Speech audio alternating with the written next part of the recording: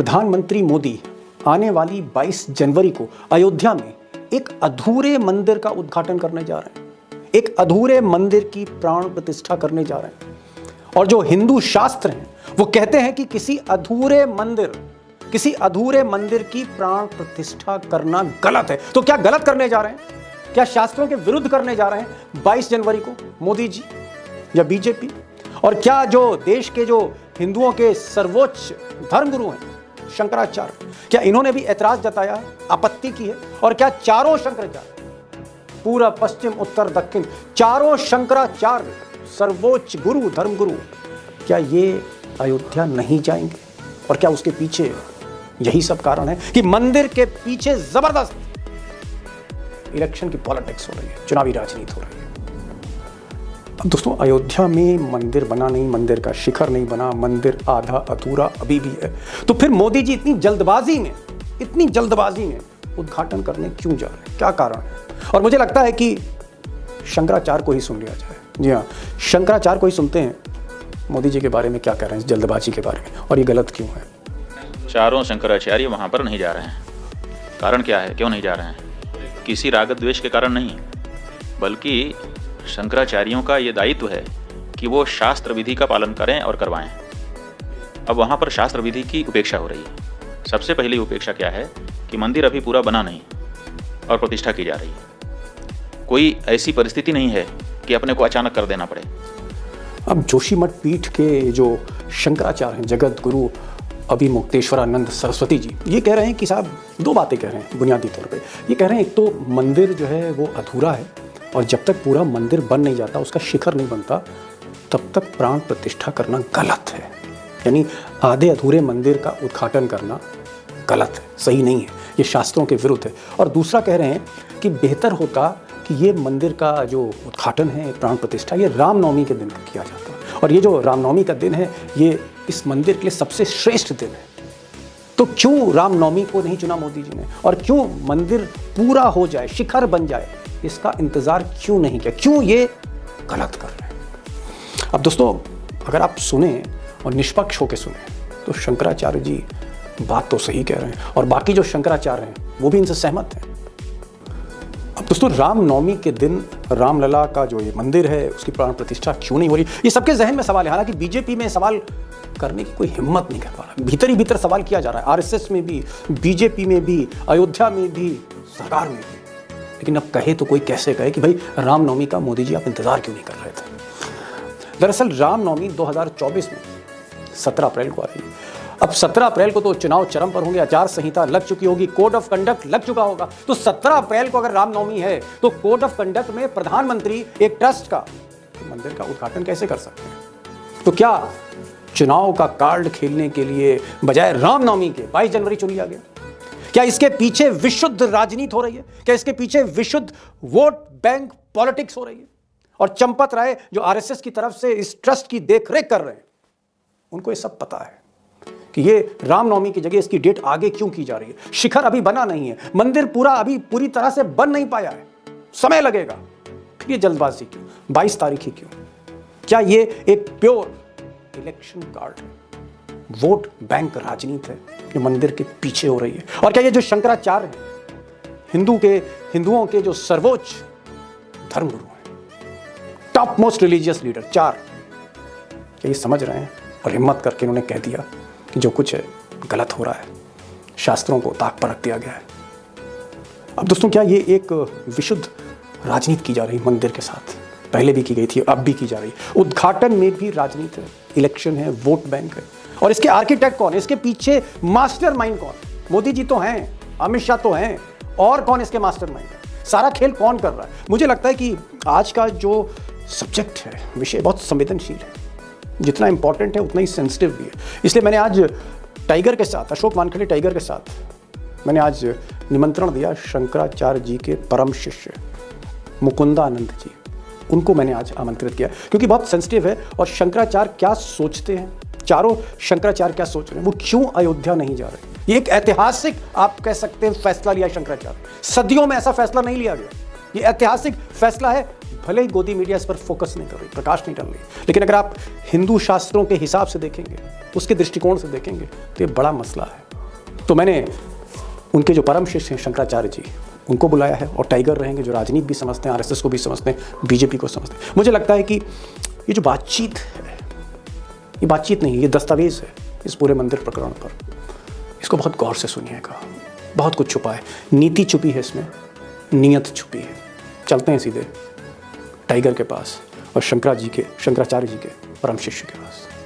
स्वामी जी के जो शंकराचार्य जी हैं, उन्होंने ये कहा कि मोदी जी एक ऐसे मंदिर की प्राण प्रतिष्ठा करने जा रहे हैं जो मंदिर जो है वो अधूरा है। इस पर आपको आपत्ति क्या है? आपत्ति क्या है शंकराचार्य जी?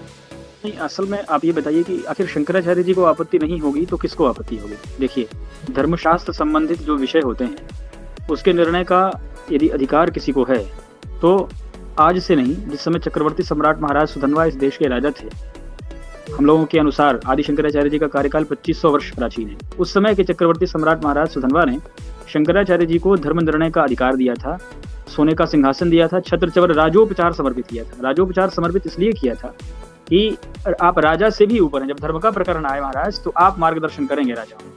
तो शंकराचार्य पीठ पर बैठे आचार्यों का दायित्व है कि जब धर्म का प्रकरण आए, धर्म का विषय आए, तो मार्गदर्शन उनको करना पड़ता है। तो कौन करेगा? तो निश्चित रूप से ये राम जन्मभूमि में राम मंदिर के निर्माण का सुंदर अवसर आया है 500 वर्ष के लंबी लड़ाई के बाद। तो इस समय कोई चीज ऐसी हो जाए जो कि शास्त्र मर्यादाओं का उल्लंघन करने वाली हो, तो उसके विषय में निश्चित रूप से आचार्य ही बोलेंगे। तो उनका दायित्व है अपने उत्तरदायित्व का परिपालन करते हुए पूज्य शंकराचार्य जी महाराज इस बात को दृढ़ता के साथ। आपको लगता है कि स्वामी जी जो चारों शंकराचार्य हैं, चारों पीठ के जो शंकराचार्य हैं, क्या वो एकमत हैं, आपस में उनकी बात हुई है? और क्या ये चारों शंकराचार्य हिंदू धर्म गुरु हैं सर्वोच्च, जैसे बौद्ध में आप दलाई लामा कह सकते हैं, जैसे आप ईसाइयों में पोप कह सकते हैं, तो आपका जो पद है वो पोप के बराबर है, सर्वोच्च धर्म गुरु हैं आप लोग, क्या चारों शंकराचार्य नहीं जाएंगे? देखिए, 2-3 विषय आपने पूछ लिए हैं। एक तो हमारा जो पद है वो पोप के बराबर है या किसी दूसरे धर्म से हमारी तुलना करना शायद नहीं, हम केवल हम उस विषय पे नहीं जाएंगे, क्योंकि आपने बात कही इसलिए हम उसको कोट करते हुए अपनी बात कह रहे हैं। हमारी तुलना किसी से नहीं है, इसलिए हमारे आचार्यों की तुलना किसी दूसरे से ना किया जाए, एक बात। दूसरा, चारों शंकराचार्य जी अलग अलग मत को मानने वाले लोग नहीं है। चारों शंकराचार्य जी या जितने संप्रदाय हैं सनातन धर्म के, सब उसी वेद को, उसी शास्त्र को मानते हैं। आप संसार के किसी विद्वान से पूछ लीजिए कि क्या मंदिर की प्राण प्रतिष्ठा बिना मंदिर बने हो सकता है क्या? पूछ करके कोई कोटेशन कोई विद्वान बता दे संसार का जो संस्कृत को जानता हो। तो इसमें तो सब एक मत ही है। जहां तक उनके आपस की चर्चा की बात है इस संदर्भ को लेके, तो ये तो पूज्य शंकराचार्यगण ही बता पाएंगे कि उनके आपस में इस विषय में चर्चा हुई है कि नहीं हुई है। लेकिन जहां तक शास्त्रीय मत का प्रसंग है, तो शास्त्रीय मत सबके लिए एक जैसा ही है, सब उसी शास्त्र उसी वेद को मानते हैं। और जी, मुक्तेश्वरानंद जी कह रहे थे, उनका मैं प्रेस कॉन्फ्रेंस देख रहा था, उन्होंने कहा कि भाई हमें उम्मीद है, हमें आशा है कि बाकी शंकराचार्य भी नहीं जाएंगे। नहीं, ये तो स्पष्ट हो गया। श्रृंगेरी के महाराज श्री ने का कोई कार्यक्रम है नहीं अभी, जहां तक हमको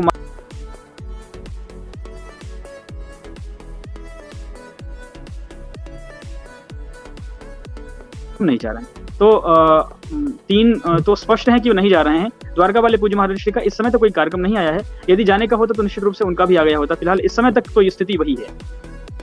अब स्वामी जी आप बड़ी बात कह रहे हैं। टाइगर ये कह रहे हैं कि जो चारों शंकराचार्य हैं, हिंदू धर्म के सर्वोच्च धर्मगुरु जो है, वो चारों एक ही मत के हैं, सर्वोच्च हैं, उनकी सत्ता को कोई चुनौती नहीं दे सकता, कोई भी चुनौती नहीं दे सकता, सर्वोच्च है। ये कह रहे हैं कि चारों नहीं जाएंगे, ऐसा लग रहा है। क्योंकि मैं देख रहा था निश्चलानंद सरस्वती जी जो हैं, उन्होंने कहा था भाई हम वहां अगर मोदी जी प्राण प्रतिष्ठा कर रहे हैं तो हम क्या ताली बजाने जाएंगे? और इनके जो स्वामी जी शंकराचार्य हैं जोशी मठ के, उनका भी यही कहना है कि भाई अधूरे मंदिर को होती नहीं। तो ये तो एक तरफ इतना भव्य राम मंदिर का निर्माण और उसमें शंकराचार्य चारों नहीं होंगे। आपको लगता है कि कहीं ना कहीं चंपत राय, जिसका इस्तीफा मांगा जा रहा है, चंपत राय जो आरएसएस के और ट्रस्ट के मेन आदमी है, उनसे कहीं गलती हो गई टाइगर? देखिए, चंपतलाल राय की जो बात कर रहे हैं आप, वो दुकानदार है। उनके लिए राम ये बेचने का, मार्केटिंग का प्रोडक्ट है। राम आस्था का चिंता नहीं है, नहीं तो जमीनों के घोटाले से लेकर तमाम चीजों में उनका नाम नहीं आता। और जिस बदतमीजी से वो बात करते हैं, वो कौन होते हैं भाई? हिंदू धर्म के ध्वजवाहक? किसने उनको हिंदू धर्म पे बात करने के लिए, व्याख्या करने के लिए दिया है? आदि शंकराचार्य ने 4 पीठों की स्थापना की है। 4 शंकराचार्य है हिंदू सनातन धर्म के, वो हिंदू धर्म की व्याख्या करने का अधिकार उनको है। अंतिम सत्य, अंतिम निर्णय उनका माना जाएगा। सर्वोच्च न्यायालय ने कहा था कि एक ट्रस्ट बना के, पीएमओ को कहा था कि एक ट्रस्ट बनाए जो इस मंदिर का निर्माण करे। ट्रस्ट का काम है मंदिर का निर्माण करना। मंदिर पे पूजा कैसी होगी, मंदिर पे प्राण प्रतिष्ठा कैसी होगी, मंदिर कैसा बनेगा, ये कम से कम हमारे 4 शंकराचार्यों को पूछना चाहिए था। शंकराचार्य के लिए राम आराध्य हैं। जी। अरे स्वामी जी, सही कहा। टाइगर उसी जी, वीडियो जी। में उन्होंने कहा ना कि ये धर्म की बात है, इसी धर्म ने हमको राम दिए हैं। जिस धर्म ने हमको राम दिया है उस धर्म की व्याख्या हम नहीं करेंगे तो कौन करेंगे। और उन्होंने कैटेगरिकली कहा है वो मोदी जी के जाने के विरोध में नहीं है। सवाल है कि यदि मंदिर में प्राण प्रतिष्ठा होगी, यदि राम की प्राण प्रतिष्ठा होगी तो वो धार्मिक विधि से और धर्म मान्यता से होगी। धार्मिक मान्यता कौन करेगा? ये चंपकलाल राय करेगा? इसको किसने अधिकार दिया है? इसका काम था कि अकाउंट रखना, जो चंदा आया वो उसका हिसाब रखना, लोगों को पेमेंट करना, जमीनें खरीदना, उसमें भी घोटाले हुए हैं। हम उसमें भी नहीं जाते। धर्म की बात करने वाले ये लोग कौन? वहां पुजारी नियुक्त करने वाले ये लोग कौन? पुजारी कौन होगा? कौन सा संप्रदाय इस मंदिर को देखेगा? ये कहने वाले चंपत राय कौन?